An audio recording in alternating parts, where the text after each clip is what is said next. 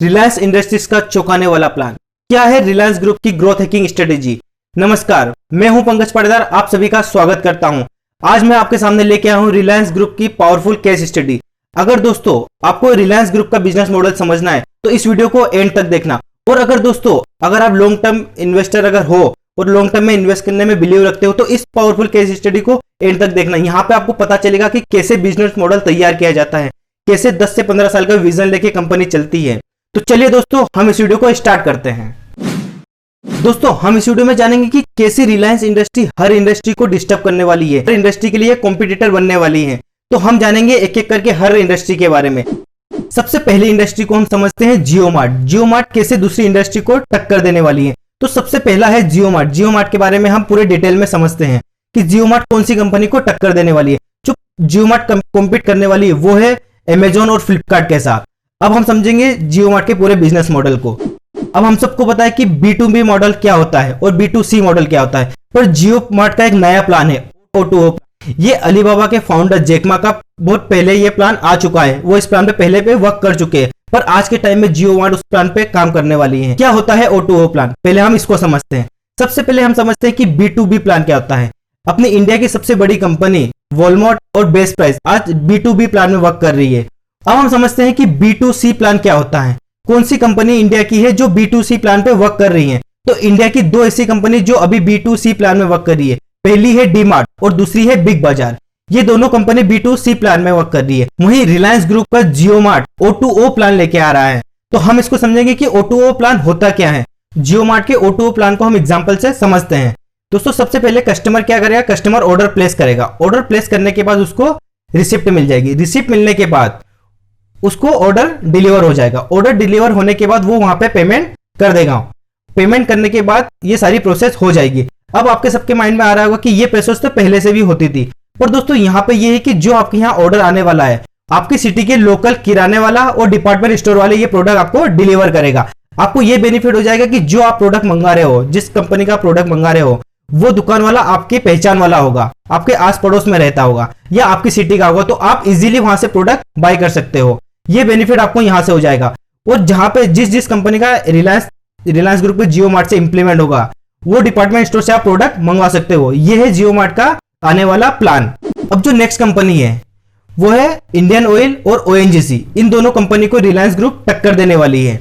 अब इसमें यह है कि जो सऊदी अरब का सबसे लार्जेस्ट ग्रुप अरामको, उन्होंने कमिट किया था पिछले साल 2019 में कि वो रिलायंस ग्रुप पे इन्वेस्ट करने वाली है। अगर वो इन्वेस्टमेंट अगर रिलायंस ग्रुप पे आ जाता है तो रिलायंस इंडस्ट्री दुनिया की सबसे रिच कंपनी, पेट्रोकेमिकल कंपनी बन जाएगी। अगर ये इन्वेस्टमेंट अगर रिलायंस ग्रुप के पास आ जाता है तो रिलायंस इंडस्ट्री बहुत ज्यादा ग्रो करने वाली है।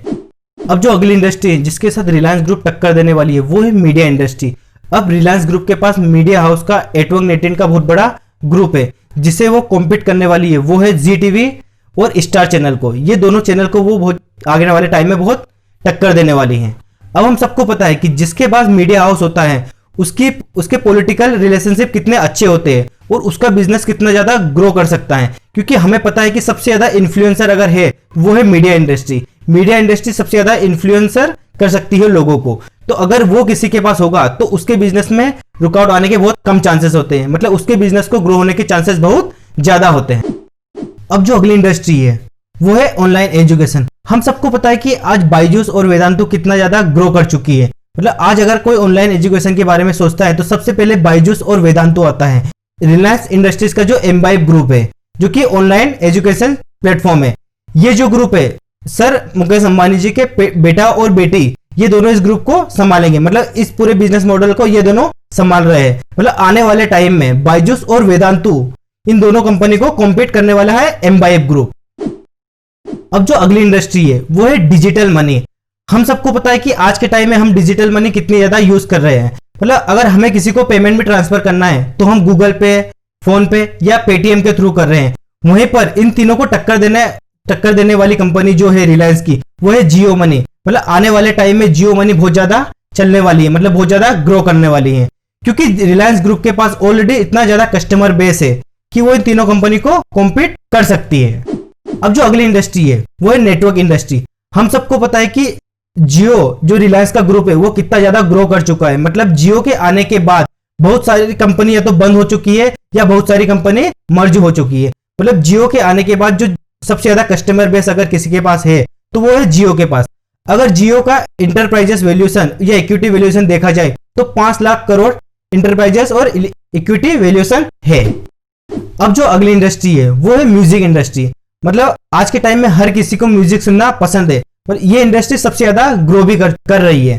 मतलब अगर देखा जाए तो गाना और स्पॉटिफाई करके ये दो एप्लीकेशन है जो सबसे ज्यादा यूज होती है। इन दोनों को जो टक्कर दे रही है वो है सावन, जो एक रिलायंस का सबसे बड़ा ग्रुप है म्यूजिक इंडस्ट्री में। अब हम सबको पता ही है कि दुनिया के चौथे रिचेस्ट पर्सन रिलायंस ग्रुप के फाउंडर मुकेश अंबानी जी बन चुके हैं। अब आने वाले टाइम में रिलायंस ग्रुप कितना ज्यादा ग्रो करने वाली है। और सबसे बड़ी बात तो ये है कि दुनिया की सबसे बड़ी कंपनी फेसबुक, गूगल और इंटेल, ये तीनों कंपनी रिलायंस ग्रुप पे इन्वेस्ट कर चुकी है। मतलब आने वाले टाइम में रिलायंस ग्रुप सबसे बड़ा, वर्ल्ड का सबसे बड़ा ग्रुप बनने वाला है। अगर दोस्तों आपको रिलायंस ग्रुप की केस स्टडी अगर पसंद आई है तो आप इस वीडियो को लाइक जरूर करें और अपने दोस्तों के साथ शेयर करें।